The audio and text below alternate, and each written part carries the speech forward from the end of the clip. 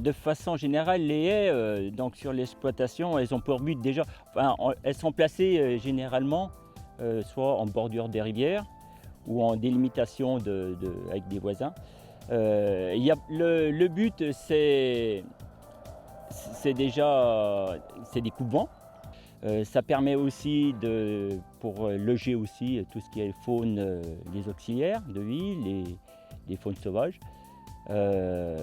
Et puis en même temps, ça permet aussi, comme ici en bordure de rivière, de limiter un petit peu la dégradation des berges et puis d'occuper justement cette bande tampon qui existait, qu'on peut strictement rien faire, donc autant la planter et puis derrière l'utiliser comme bois pour la vente, bois déchiqueté par exemple. Voilà. Justement, la rivière elle est classée en BCAE. Donc, ce qui fait que la haie, je l'ai déclarée aussi en répulsive. Donc du coup, ça passe en SIE sans problème, quoi, et ça fait toujours des points qui sont pas négligeables.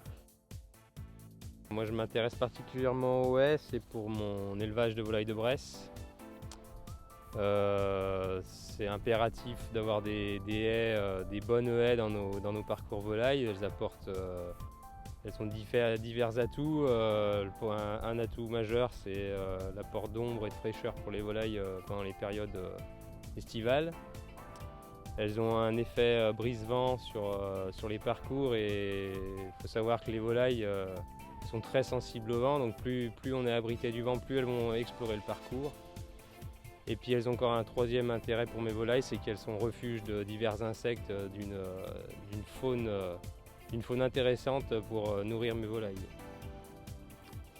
Et après, donc du coup, à force d'étudier, de regarder un peu toutes ces haies, je me suis rendu compte que sur les parcours des vaches, il n'y en avait pas spécialement beaucoup.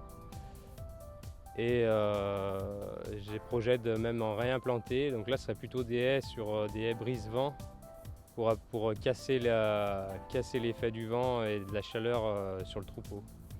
Donc en faisant le tour de l'exploitation, on se rend compte, comme de nombreuses haies dans le département, puis peut-être même en France, les haies ont été un peu abandonnées ces dernières années sur les fermes, parce qu'on n'avait plus d'utilité du bois, donc à part ramasser le bois mort qui tombe tous les ans tout seul. Donc en faisant le tour, on se rend compte qu'on a des haies en partie dégradées qu'il faudrait réapprendre à entretenir, quoi. Je pense qu'on est obligé d'être sensibilisé à l'environnement qui nous entoure, parce qu'on a tout le grand public qui a les yeux rivés sur nous, et il faut faire attention à nos pratiques aujourd'hui. Aujourd'hui, le grand public attend ça des agriculteurs, c'est qu'on prenne soin de l'environnement et de ce qui le constitue. Donc je pense que j'améliorerai mon image environnementale visuelle en mettant des haies.